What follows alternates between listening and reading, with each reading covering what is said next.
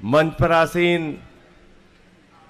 आम आदमी पार्टी के दिल्ली प्रदेश के अध्यक्ष माननीय मंत्री गोपाल राय जी, दिल्ली की शिक्षा मंत्री आतिशी जी, स्वास्थ्य मंत्री सौरभ भाई, जैस्मिन जी, हमारे प्रवक्ता पार्टी के विधानसभा की उपाध्यक्ष राखी बिरलान जी, हमारे सभी माननीय विधायकगण, पार्षदगण, माताओं, बहनों, नौजवान साथियों, दोस्तों, आज बाबा साहब डॉक्टर भीमराव अंबेडकर जी की जयंती के अवसर पर हम सब लोग यहां पर एकत्रित हुए हैं। जब मैं आया तो दिल्ली की मेयर डॉक्टर शैली ओबराय जी अपनी बात रख रही थी। उसके बाद राखी बिरलान जी ने अपनी बात रखी। आज सबकी चिंता क्या है? अभी जो शपथ आपने ली उसका अंतिम वाक्य ये आम आदमी पार्टी के कार्यकर्ताओं के लिए एक शपथ का वाक्य मात्र नहीं होना चाहिए।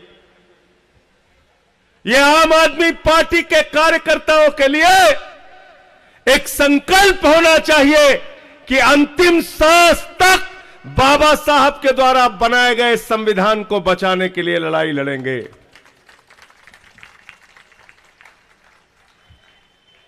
अभी मैं एक वीडियो दिखा रहा था और मैं चाहता हूं कि इसको बार बार लोगों तक पहुंचाइए। आप पूरे देश में इसको पहुंचाइए।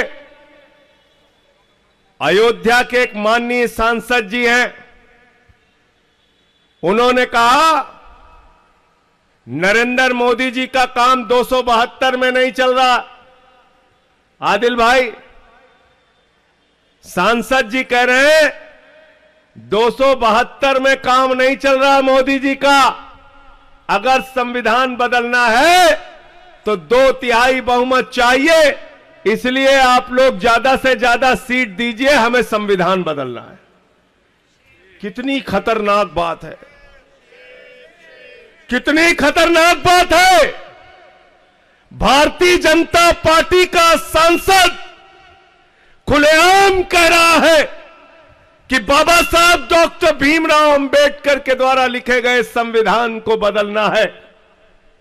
मैं आज इस पार्टी ऑफिस के कार्यालय से भारतीय जनता पार्टी और आरएसएस के लोगों को कहना चाहता हूं, जब तक आम आदमी पार्टी का कार्यकर्ता है, भारत के संविधान को बचाने के लिए अंतिम सांस तक लड़ाई लड़ेगा। ये शपथ हमने ली है और इसको हम पूरा करेंगे। आप भारत के संविधान को खत्म करना चाहते हैं? भारत के संविधान में क्या है? बाबा साहब ने कहा शिक्षा में हमें समानता नहीं है।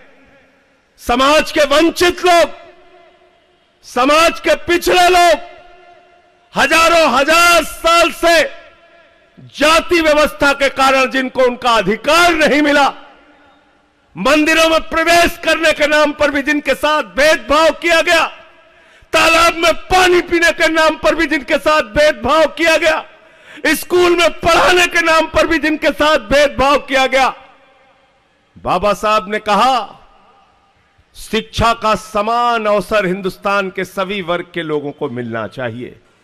और बाबा साहब का वो सपना हिंदुस्तान की किसी सरकार ने पूरा करने का काम किया है तो अरविंद केजरीवाल ने पूरा करने का काम किया है, समान शिक्षा का अवसर।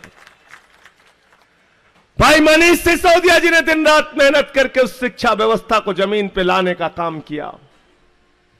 केजरीवाल जी 2015 में मनीष सिसोदिया के साथ सरकारी स्कूलों को देखने जाते थे।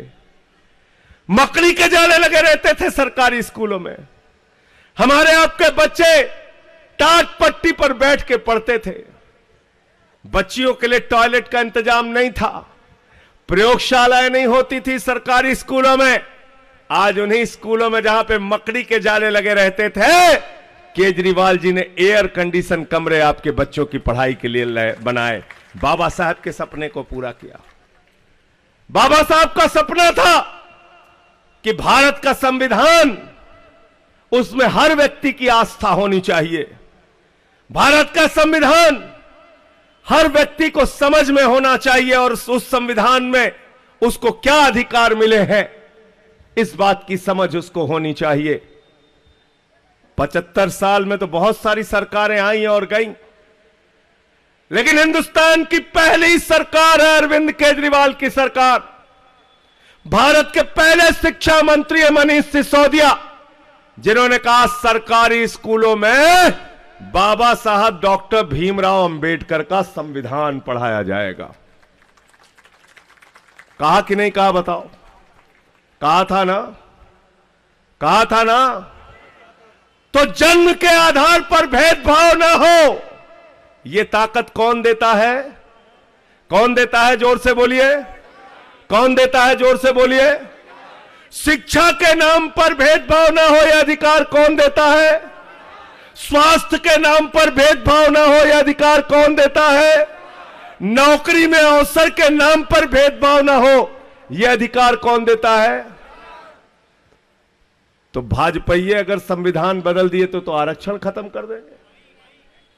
कर देंगे कि नहीं कर देंगे बताओ? कर देंगे ना? आरक्षण खत्म कर देंगे ना? क्योंकि बाबा साहब ने कहा सामाजिक व्यवस्था के कारण, दुर्भावना के कारण, भेदभाव के कारण समाज के एक बड़े तबके को आपने सरकारी नौकरी से दूर रखा है।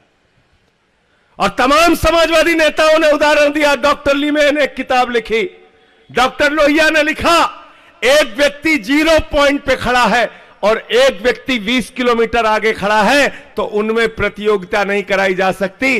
पहले 0 पॉइंट वाले को आगे बढ़ाओ, 20 किलोमीटर वाले के बराबर करो, फिर दौड़ कराओ और देखो कि कौन आगे जाएगा। गलत तो नहीं कह रहा हूं? गलत तो नहीं कह रहा हूं? तो आरक्षण के जरिए भारत के संविधान ने समाज के वंचित तबके को, शोषित तबके को, आदिवासियों को, दलित समाज को, पिछड़े समाज को आरक्षण की व्यवस्था दी। भारतीय जनता पार्टी और आरएसएस के लोग अगर दोबारा सत्ता में 24 में आ गए, याद रखना पूरे मुल्क में दलितों, पिछड़ों और आदिवासियों का आरक्षण खत्म कर दिया जाएगा। इसलिए हम लोग भारत के संविधान को बचाने के लिए, अपने अधिकार और आरक्षण को बचाने के लिए इनसे लड़ाई लड़ेंगे और 24 में इनकी विदाई करेंगे। विदाई करना है कि नहीं करना है? करना है ना? एक मुख्यमंत्री बने आदिवासी समाज से। क्या नाम था भाई उनका? क्या नाम था? जोर से बोलिए। हेमंत सोरेन, जिनके पिता ने झारखंड राज्य बनाने के लिए जीवन भर संघर्ष किया। हेमंत सोरेन आदिवासियों के अधिकारों के लिए लड़ाई लड़ी। आदिवासी समाज के नेता फर्जी मुकदमा लगा के, बिना किसी आधार और सबूत के, आदिवासी समाज के सबसे बड़े नेता और झारखंड के मुख्यमंत्री को मोदी जी ने उठा के जेल में डाल दिया। जेल में डाल दिया ना? अपमानित करने का काम किया कि नहीं किया? समाज के सबसे बड़े तबके को, आदिवासी समाज को किया ना? इसका जवाब देना है कि नहीं देना है बताओ? देना है कि नहीं देना है? दिल्ली के अंदर 3 बार से प्रचंड बहुमत पाने वाले मुख्यमंत्री, 1 बार जीते, फिर 2 बार जीते, फिर 3 बार जीते। भाजपाइयों को लग गया दिल्ली में तो दाल गलने वाली, दिल्ली में दाल गलने वाली, दिल्ली में दाल गलने वाली। बोले करें क्या? बोले कुछ मत करो, अब इस मुख्यमंत्री को ही पकड़ के जेल में डाल दो। जो मुख्यमंत्री बाबा साहब डॉक्टर भीमराव अंबेडकर के संविधान में लिखी गई एक एक बात को जमीन पे सच कर रहा था, जो मुख्यमंत्री कह रहा था बच्चों को समान शिक्षा मिलेगी, सरकारी स्कूलों में संविधान पढ़ाया जाएगा, दवाएं और इलाज तो मुफ्त मिलेगा, फरिश्ते स्कीम के तहत गरीबों का भी इलाज अगर 50 लाख रुपए भी खर्च होता है तो होगा।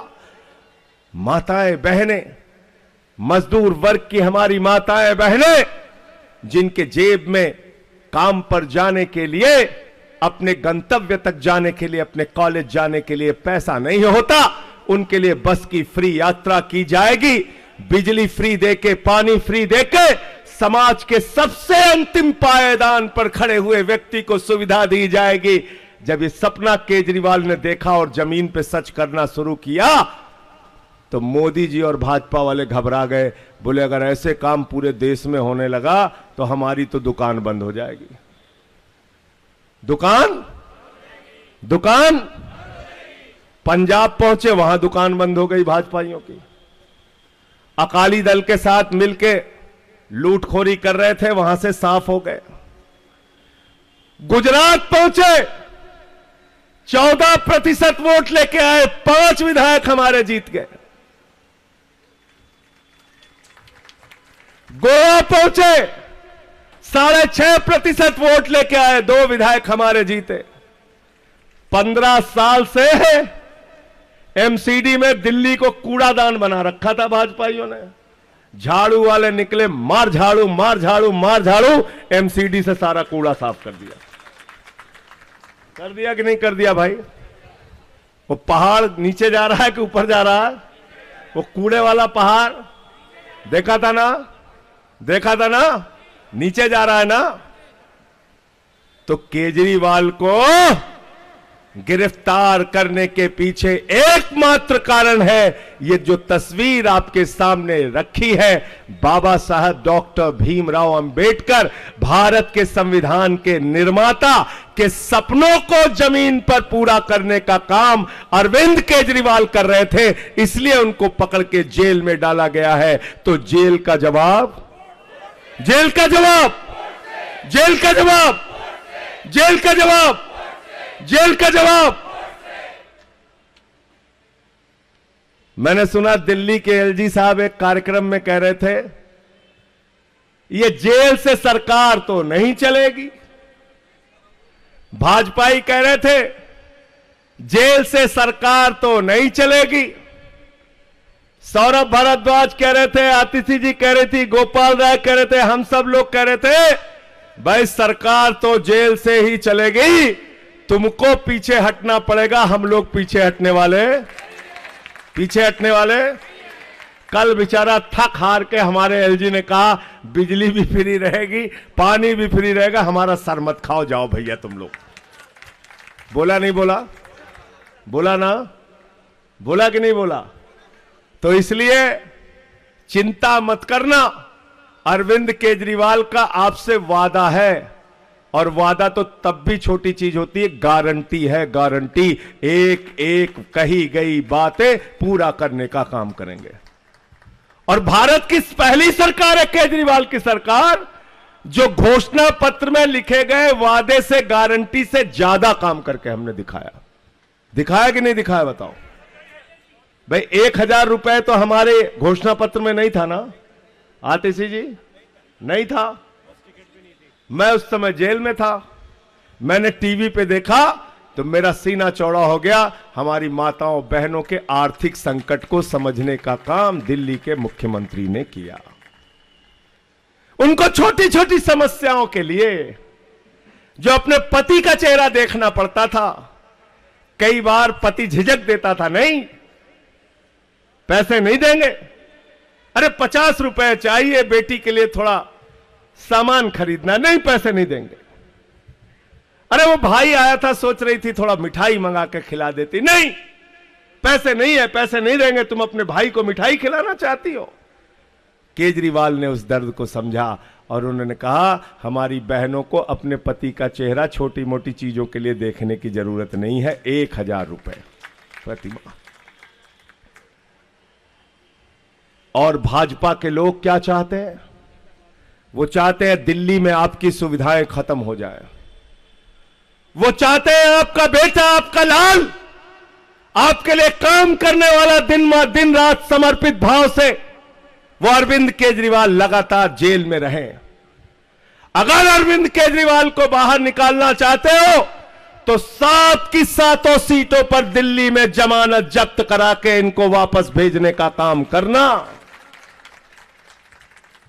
जेल का जवाब वोट से देना और भाजपाइयों को बता देना कि बाबा साहब के संविधान के साथ छेड़छाड़ करोगे तो पहले 80 में तुम्हारी 2 सीटें थी, अब तुम्हारी 0 सीटें पहुंचा दी जाएंगी, 0। अगर पिछड़ों के, दलितों के, आदिवासियों के आरक्षण के साथ खिलवाड़ करने की कोशिश करोगे तो तुम्हारी सीटें 0 पहुंचा दी जाएंगी, 0। याद है कि भूल गए भागवत साहब का बयान? आप लोग याद है? याद है राखी जी? बिहार के चुनाव में क्या बोला था भागवत साहब ने? आरक्षण की समीक्षा होनी चाहिए। बहुत चालू है भाजपाई, ऐसा ऐसा शब्द बोलते हैं समझे में ना आवे। आरक्षण की समीक्षा होनी चाहिए। अरे समीक्षा हम करेंगे। इस देश के लोग इस देश के मालिक हैं। 140 करोड़ लोग इस देश के मालिक हैं। समीक्षा हम करेंगे और हमने समीक्षा की है कि आरएसएस और बीजेपी के लोग समाज के दलित और पिछड़े तबके से, आदिवासी तबके से भेदभाव रखते हैं। और इस समीक्षा के बाद हमने तय किया है कि पूरे देश में तुम्हारी जमानतें जब्त कराने का काम करना है। हमसे पीछे से पूछ रहे हैं कैसी समीक्षा आपने की संजय जी? समीक्षा कैसे की? समीक्षा नहीं, साफ साफ दिखता है। ध्यान से सुनना और घर पे जाके सोचना जरा। भारत के राष्ट्रपति थे श्री रामनाथ कोविंद जी। प्रभु श्री राम के मंदिर का शिलान्यास हो रहा था। मर्यादा पुरुषोत्तम भगवान श्री राम के मंदिर का शिलान्यास हो रहा था।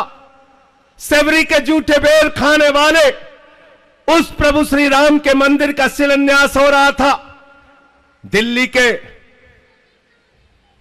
अंदर राष्ट्रपति भी रहते हैं, प्रधानमंत्री भी रहते हैं। प्रधानमंत्री जहाज से उड़ते हैं, अयोध्या पहुंच जाते हैं। उत्तर प्रदेश के लखनऊ में मुख्यमंत्री भी रहती है, राज्यपाल भी रहते हैं। मुख्यमंत्री अयोध्या पहुंच जाते हैं, राज्यपाल अयोध्या पहुंच जाते हैं। जब उत्तर प्रदेश के मुख्यमंत्री शिलान्यास में रहते हैं, उत्तर प्रदेश के राज्यपाल शिलान्यास में रहते हैं, भारत के प्रधानमंत्री अगर शिलान्यास में थे तो आप बताइए भारत के राष्ट्रपति श्री रामनाथ कोविंद जी क्यों नहीं थे इस मंदिर के शिलान्यास में? यह सवाल जरा सोचना अपने दिमाग में। क्योंकि भेदभाव करते हैं, भेदभाव है इनके मन में। प्रभु श्री राम के मंदिर का उद्घाटन हुआ, लखनऊ के उत्तर प्रदेश के मुख्यमंत्री थे, उत्तर प्रदेश की राज्यपाल थी, भारत के प्रधानमंत्री थे, लेकिन आदिवासी समाज की महामहिम हमारी राष्ट्रपति, जिस पर पूरे देश को और आदिवासी समाज को गर्व है, वो महामहिम राष्ट्रपति श्रीमती द्रौपदी मुर्मू जी क्यों नहीं थी? ये सवाल पूछना। गलत तो नहीं कह रहा हूं? गलत तो नहीं कह रहा हूं? गलत तो नहीं कह रहा हूं? भेदभाव भाजपाइयों के तन मन में बसा हुआ है। भेदभाव इनके कण कण में बसा हुआ है और इसलिए उस भेदभाव को हमें निकाल कर फेंकना है।